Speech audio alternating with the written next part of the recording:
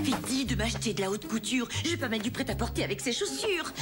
Oh, pourquoi tous les hommes riches sont des ordures? Tout simplement parce que toutes les belles femmes sont des... Je sens monter les petites nausées matinales. Je tiens à être sur la tombe de ta mère quand ça arrivera. Aujourd'hui, on va parler de la trophy wife la plus connue de Desperate Housewives. J'ai nommé Gabrielle Solis, aussi connue sous le nom de Gabi. Elle était mariée au très riche Carlos Solis. C'était un couple vraiment emblématique de la série. Et par son humour, Gabrielle Solis nous a fait aimer cette trophy wife, alors que c'est un archétype féminin qui est quand même pas mal détesté. On aime voir quand elle descend de son piédestal, lorsqu'elle perd tout, lorsqu'elle perd sa beauté, son argent, tout ça, ça réjouit quand même pas mal les gens. Et pourtant, Gabrielle Solis nous a fait quand même passer pas mal de messages au cours des saisons, et c'est ce qu'on va décortiquer dans cette vidéo. Gabrielle Solis, c'est quelqu'un qui s'est toujours vanté de sa beauté auprès de ses amis. C'était quelque chose qui les irritait profondément, mais qui était aussi un élément comique qu'on retrouvait régulièrement. Elle assumait complètement son statut de trophy wife, et par là je veux dire que c'est quelqu'un qui a fait un mariage transactionnel. Elle a apporté sa beauté à Carlos, sa beauté car c'était une ancienne mannequin, elle est vraiment très très belle. C'était littéralement son travail d'être belle, et Carlos a un poste très prestigieux dans une grande entreprise. Si je devais donner une définition à la trophy wife, ce serait clairement une croqueuse de diamants. Dans la série, Gabrielle Solis sert d'ornement à Carlos, il le dit dès le départ, il a besoin qu'elle soit séductrice, qu'elle soit en beauté, et que ses partenaires, ses associés, mais aussi ses concurrents puissent admirer l'objet qu'il a acquéri, parce que on est clairement dans une dynamique quand même de femme-objet où c'est un trophée. Si tu discutes avec Al Mason tout à l'heure, je veux que tu en profites pour lui dire combien j'ai payé ton collier. Je me suis fait 200 000 $ en bossant avec lui l'année dernière. Alors s'il veut te passer des fesses, laisse-le. C'est quelque chose, c'est un ornement qu'il va montrer à ses copains, voire à ses ennemis. La trophy wife est détestée à tel point qu'il y a une sorte de réjouissement à la voir réduit en pâture sur la place publique, tout perdre son argent, son statut et sa beauté. D'ailleurs, sa beauté est au centre de sa stratégie d'ascension sociale, parce que c'est clairement ce dont il est question. C'est quelqu'un qui veut avancer dans la vie, et pour ça, elle va utiliser son arme la plus redoutable, qui est sa beauté. Gabrielle Solis, et on va le voir dans cette vidéo, est née dans la pauvreté, et ça c'est quelque chose qu'il ne faut pas oublier. D'un point de vue personnel, j'ai toujours été déroutée par les gens qui mettaient leur beauté au centre de tout, qui mettaient leur beauté au même rang par exemple que l'intelligence. C'est quelque chose qui me dérangeait, parce que je ne comprenais pas en quoi la beauté pouvait être une arme puissante dans la vie. Et ça, c'est quelque chose qui me distingue très clairement de ma sœur qui travaille dans le domaine de l'esthétique, et au fil des années, je dois dire que je crois qu'elle a raison. Je crois que la beauté peut être mise au centre de sa vie, peut être une arme redoutable pour réussir dans la vie, et Gabrielle Solis nous le montre très bien dans cette série. Et j'ai été limite convaincue par cette théorie-là quand je suis tombée sur cette vidéo d'Adriana Carambeu. Vous n'êtes pas juste une jolie fille. Et si j'étais juste une jolie fille, comme si j'étais obligée de prouver que je suis aussi intelligente, et si j'étais pas? Non. Mais si, parce que tu me demandes, est-ce que tu as aussi autre chose? Moi, si j'étais pas, moi je te réponds, non, je suis juste belle. Et donc?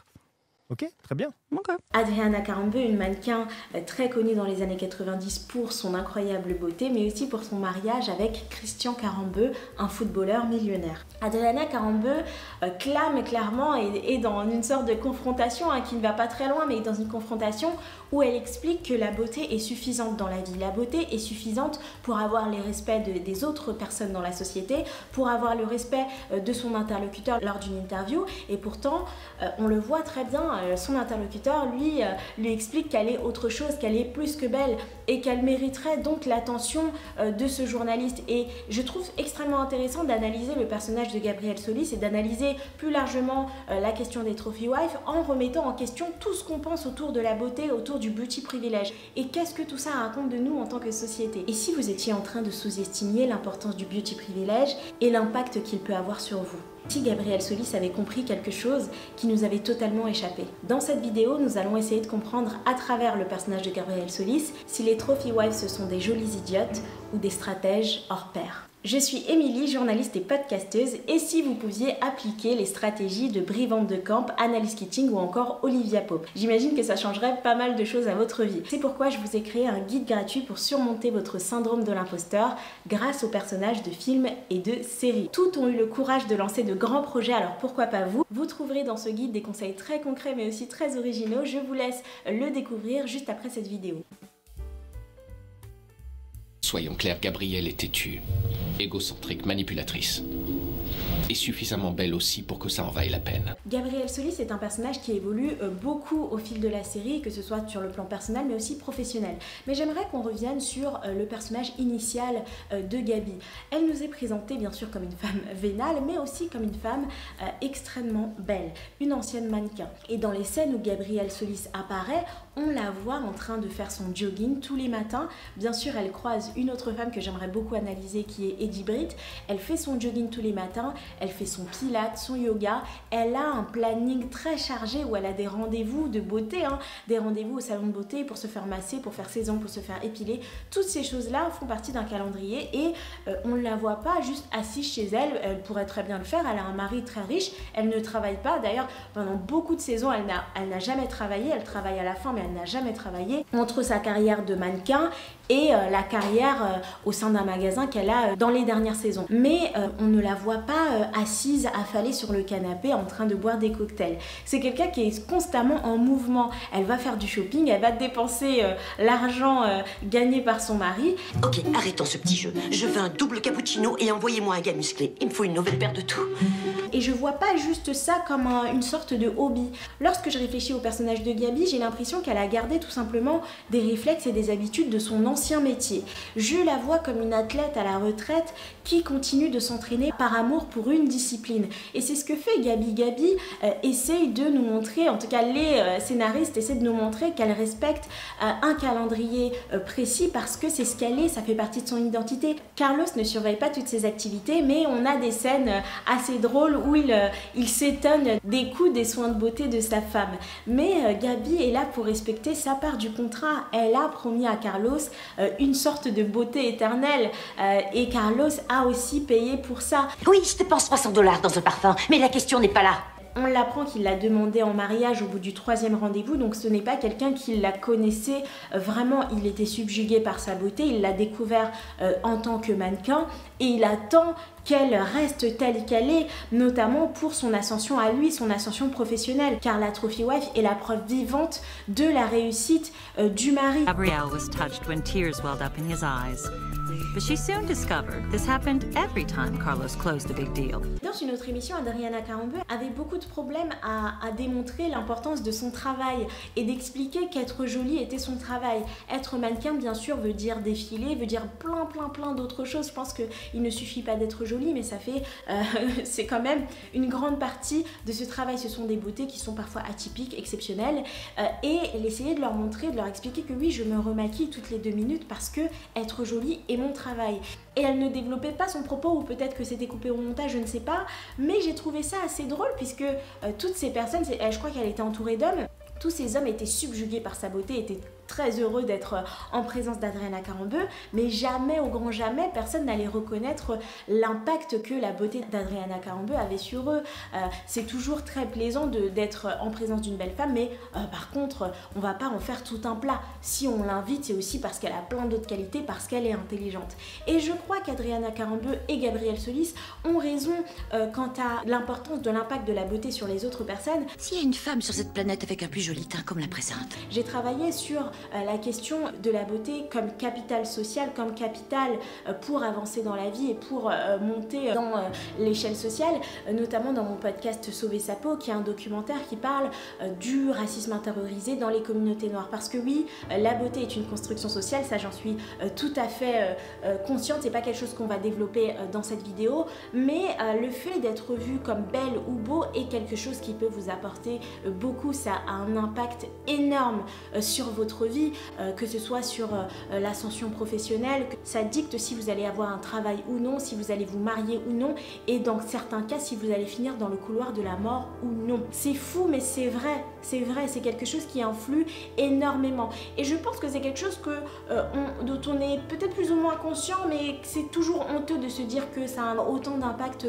sur nous et peut avoir autant d'effets sur une personne. Donc vraiment, ce que je comprends dans l'évolution du personnage de Gabrielle Solis et la stratégie de vie de Gabrielle Solis, c'est que la beauté est un capital, c'est quelque chose qu'elle possède, qu'elle entretient, qu'elle maintient, parce que si elle perd ça, et vous verrez qu'elle l'a perdu, si elle perd ça, elle va perdre tout. C'est l'épée de Damoclès qui plane au-dessus de la tête de la Trophy Wife. Si elle perd sa beauté, que se passera-t-il ? Je suis pauvre maintenant, t'as oublié? Je t'ai donc frayé avec la populace. Depuis la mort de son papa, Gabriel Solis a gardé un vilain réflexe, mais qui l'a beaucoup aidé dans sa carrière, c'est qu'elle arbore constamment un sourire sur son visage. Son père a été gravement malade et elle a dû passer les derniers jours de sa vie à ses côtés à l'hôpital. Et on voit très bien que ces traumatismes ressurgissent quand Lynette Scavo a un cancer. C'est son amie, elles ont une très belle relation et elle ne vient pas la voir à l'hôpital. Elle a eu en horreur ce genre d'endroit et donc c'est là qu'on apprend que derrière le sourire et la personnalité piquante de Gabi se cache une petite fille apeurée. Apeurée aussi parce qu'elle a grandi dans la pauvreté. On est là aussi pour parler du côté vénal de Gabriel Solis, mais il faut comprendre dans quelles conditions elle a grandi.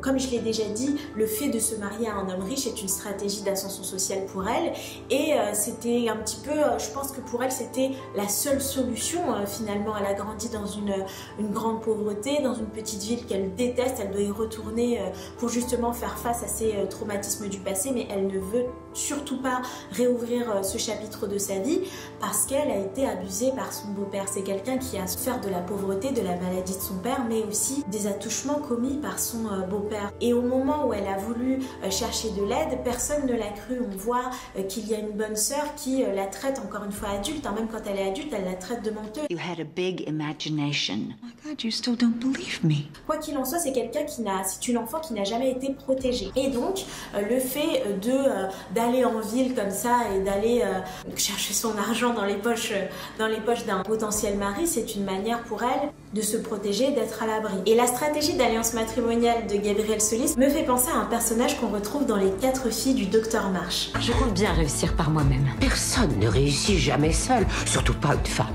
Tu dois faire un bon mariage. Mais vous n'êtes pas mariée, tante March. Oui, mais moi, je suis riche. C'est un film qui a été réalisé par Greta Winning, qui a aussi réalisé Barbie, et Ellie March est clairement une trophy wife. C'est quelqu'un qui est prête à servir d'ornement à un homme, à servir d'ornement en société. Si j'avais la moindre fortune, je n'en ai aucune, elle reviendrait à mon époux à partir du moment où on se marierait. Et si on avait des enfants, ils seraient à lui, non à moi. Il lui appartiendrait en propre. Alors surtout, garde-toi de me dire que le mariage n'est pas une opération financière parce que c'en est une. Quelqu'un qui assume ce choix-là et qui dit clairement je n'ai pas à en avoir honte dans cette société-là. Je sais que je suis faible économiquement et que même les enfants, je n'aurai pas de droit sur eux et donc je vais avoir la stratégie d'une trophy wife. Gabriel Solis va jusqu'à renier ses origines latino. Pendant toute la série, elle fait comme si tout ça n'existait pas et c'est quelque chose qu'elle peut tout à fait, elle peut mettre ça de côté, mais ça va quand même assez loin. I'm Mexican.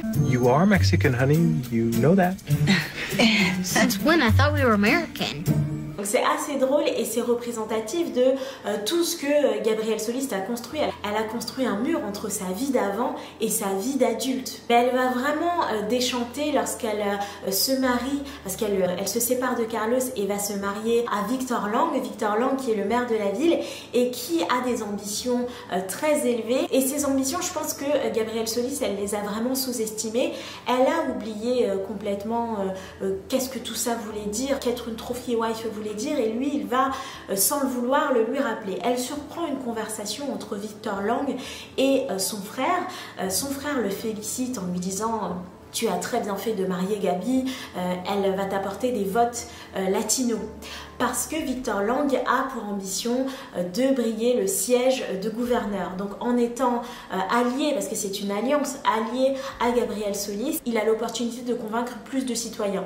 Donc Gabrielle est encore une fois un ornement, mais elle est plus que ça. Elle fait partie d'une stratégie politique et elle ne s'en rend absolument pas compte. Déjà le côté c'est une latino, c'est quelque chose qui a été vécu je pense comme une gifle pour elle, parce qu'elle apprend ça le jour du mariage, donc ça n'est pas un mariage d'amour. Oui, ils ne se connaissaient pas vraiment, elle aussi elle était là pour l'argent comme d'habitude, mais je pense qu'elle avait oublié l'autre part du contrat. Et elle est humiliée par le frère parce que Victor Lang finit par mourir. Il meurt en mer, si vous avez vu la série vous savez comment, mais il finit par mourir en mer peu de temps après, et elle se dit bon bah à défaut d'avoir un mari qui m'aime, j'aurai sa fortune. Que nenni, le frère s'est assuré que Gabi n'aurait absolument rien et elle finit humiliée lors de l'enterrement. Il lui dit si tu ne quittes pas la cérémonie funéraire de mon frère, je vais t'humilier en public en montrant au monde la femme vénale que tu es.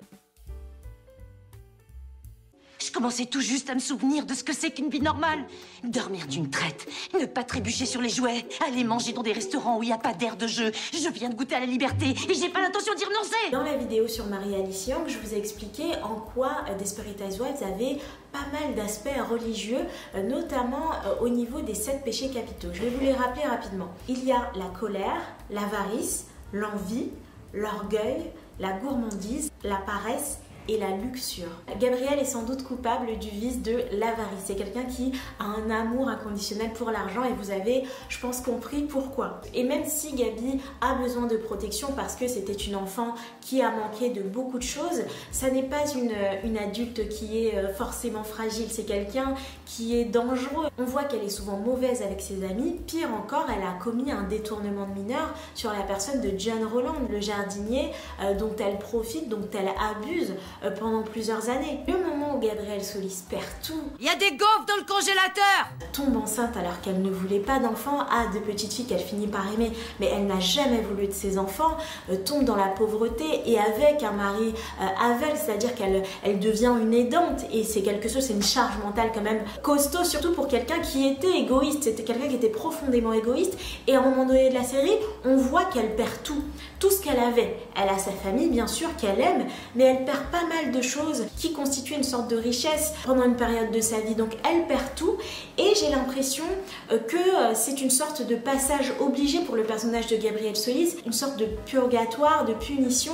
Et je parle de purgatoire parce qu'il y a vraiment un côté où les personnages doivent faire amende honorable de leur vice et ce vice de l'avarice là, il est au centre de l'évolution du personnage de Gabrielle Solis. Elle devient quelqu'un de bien, quelqu'un d'altruiste, quelqu'un qui aime Carlos sans contrepartie et lui aussi, je pense qu'il passe par là parce qu'il avait aussi ses mauvais côtés, je pense même peut-être autant que Gabi. Lui aussi il l'aimait uniquement pour sa beauté et le fait qu'il perde de la vue, ça n'est pas anodin. Marc Cherry a choisi de faire évoluer ce couple là de cette manière parce que Gabi perd sa beauté, lui perd la vue et ils vont devoir quelque part se rencontrer pour la première fois de cette manière. Si vous avez aimé cette vidéo, vous allez adorer le guide gratuit que j'ai écrit pour vous. Vous y trouverez les stratégies de Brie Van de Camp, Annalise Keating ou encore Olivia Pope. En tout, il y a 7 stratégies de vie inspirées de vos personnages préférés. J'ai pensé ce guide pour vous aider à surmonter votre syndrome de l'imposteur et trouver le courage de lancer vos projets. Filez vous procurer ce guide et pour ma part, je vous dis à bientôt dans une prochaine vidéo.